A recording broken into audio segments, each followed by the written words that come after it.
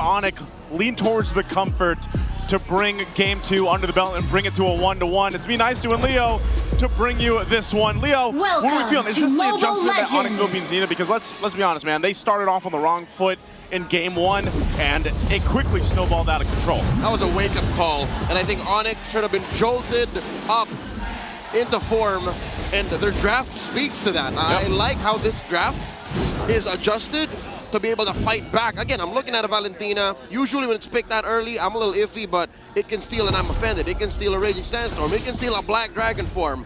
Prince woke up today and chose violence, and with this hero... Blood on the Kimmy in the previous game, I think Super Prince is one of those players that if he picks the Valentina, regardless of what order in the draft, you're like, okay, you know what, Super Prince. We've seen him do, respect, right? We've seen him do some crazy things on the Valentina just across the world in general.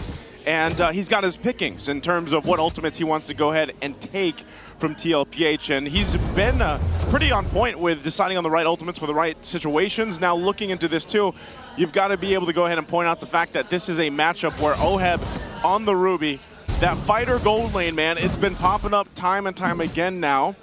We've even seen the fighter versus fighter gold lane just yesterday. So Oheb versus Kelra here is going to be interesting because especially as the game goes on, that crowd control, that little bit of extra crowd control that this lineup that Tlph has might be deadly, especially for Kelra. So he's going to have to be like locked in. And again, that's why he has the Purify to kind of alleviate some of that pressure that he's got to deal with. That might be. This is Liquid's MO. They want a team fight. They want to secure what they start off in these team fights, and they need crowd control to do that.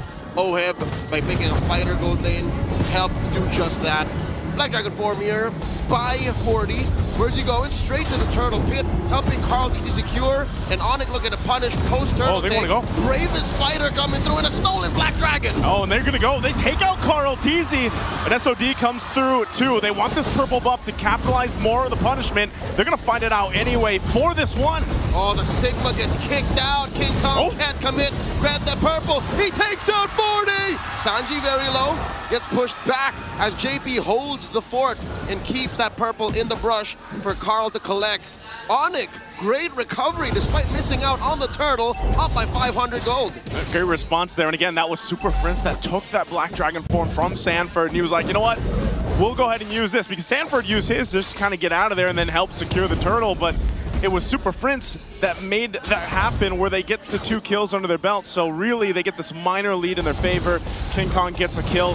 Brusco himself, and I gotta say too, with the YSS in the hands of King Kong, getting an early kill is much better already than what we saw in the Joy, the previous game. Like, just because, again, Joy, when she falls behind, you're in this position where it's like you're just scrapping what you can, and he was, I mean, at one point he was 5,000 gold behind Carl Tlph. Well, now he should be able to go ahead and control the pace on this YSS, hopefully leading into the next objective. King Kong on a Yuzin Shin, King Kong on a Haya, King Kong on a Lance. I would put my top 3 junglers of the season. But King Kong on the Joy, despite that being his hero, especially if you watched game 1, questionable.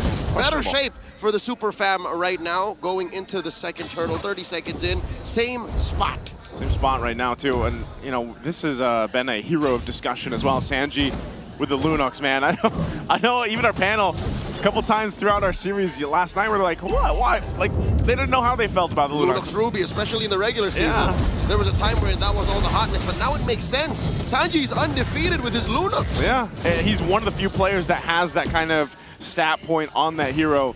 And you can make it work. Again, it's great for going ahead and taking out some of the resources, whether it's battle spells or ultimates from the opposing team.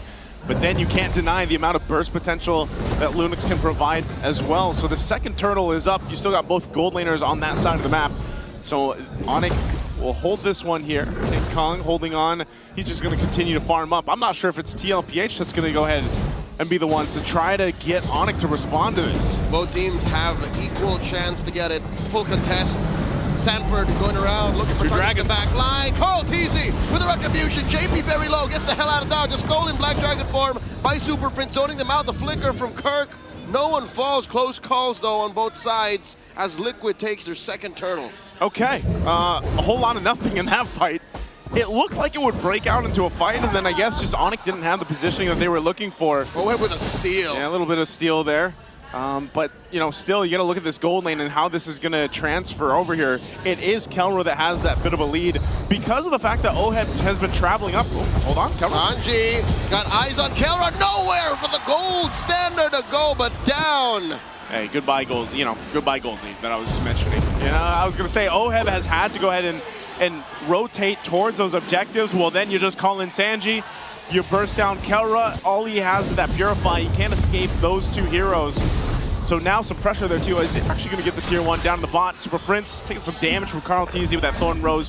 That turret, tier 1, does fall now. So Tlph taking the first turret of the game. What happened to Onic? It feels like in game 1 they were too proactive.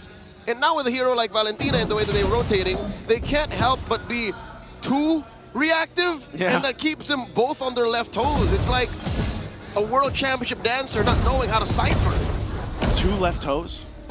Left feet. I was gonna say, it's kind of like wearing 2 left shoes, you know, at this point, because... That's how it goes, yeah, that's the idiom. I like it, I like the idiom, you know, but Onic, I think what I would like to see them do is come up with a quick adjustment to this, man, because Tlph, they've done this time and time again, Leo. They get this bit of a lead, 2,000 up, and then next thing you know, you're down 8,000 gold against the Stampede. That can't happen here. That seems to be Liquid's new flavor in the playoffs. They're very deliberate. They take it step by step. A cerebral approach to the game that we've yet seen them take so far in their career as world champions, as MSC champions, as defending champions of the league. Prince, go ahead and use the Brilliance here. So that's going to be expended. They do grab the purple. Brusco giving the information, but it's Tlph that's just starting up this third turtle. They may secure this one too. Oh my God, Black Dragon form keeps King Kong at bay, holding back the rest of the Super Fam, and they're not done. Forcing a defensive AOG out of Brusco. Down goes Super Prince. Kurt's gonna follow through.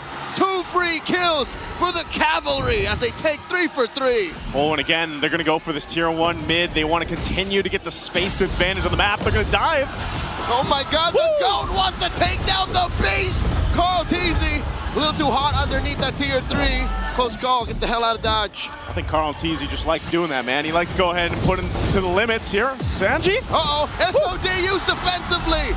Point blank, but there was backup there as Carl gets another. As I just mentioned, Tlph likes to touch the limits, and look at that. He was right there at the right moment to grab Kelra. That is his #1 hero, despite all of the success on the Fredrin, on the Baksha, hell on the Akai every now and then. Tlph says, my #1 favorite hero is still Lancelot. That is Lancelot. me. Has he ever cosplayed Lancelot? Like, who have we ever seen Tlph? Would he ever do that? Nope. Tlph has only ever worn eyeliner. That is as far as that's as far as it's gone. Yeah. Hey man, maybe, you know, this Halloween. Super Marco though, that's a different story. that is a different story right now. But again, Tlph, as I was saying, when they get that kind of lead, you see it already. It's ballooning even further. 5,000 now up. More turrets down, pressure on this side of the map. Onic, they're kind of struggling to really be able to find a moment here. Tlph picks up a brute force breastplate. He's going into that defensive hybrid build, working really great for the Lancelots in the current meta. It's a bruiser Lancelot. It's a bruiser Lancelot. You can get away with so much, deal, you know, a lot of damage. A respectable amount of damage, and leave the opponent thinking like, how do we kill it? I'd still call it big damn, man. Like, I mean, it's like you saw the amount of damage one Thorn Rose did to Super Prince or any of these, you know, squishier members of Onic. That's the 5K gold deficit. They do find Daddy JP forcing a defensive Raging Sandstorm. In comes Sanford. Oh, so ready to defend his dad.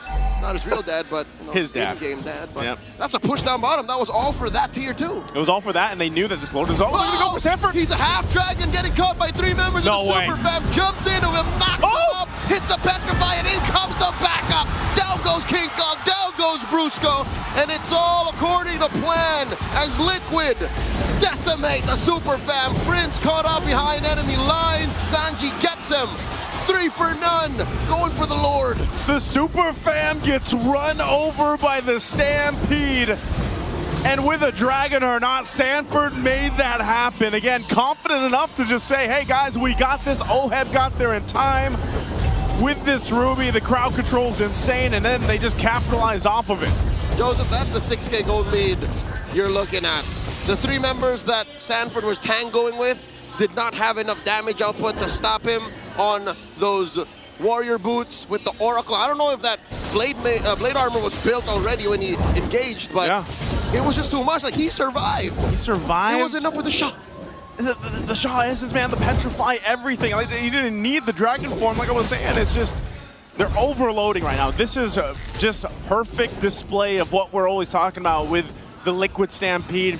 And they seem to almost refine it in a way for the playoffs. I don't know. It's so clean here. I know we saw a little bit of a rough patch for Tlph in the regular season, but now look at this. Oh, look at that. A flicker. Raging Sandstorm. Animation cancel. Plus the glorious pathway. They take down Daddy JP trade off for King Kong and Calara. They're still inside the base. Down goes the turret. The Lord marching with them. This is a stampede of unprecedented intensity as Liquid go for the base. Super Prince left. The Cavalry are at match point. Are you kidding me?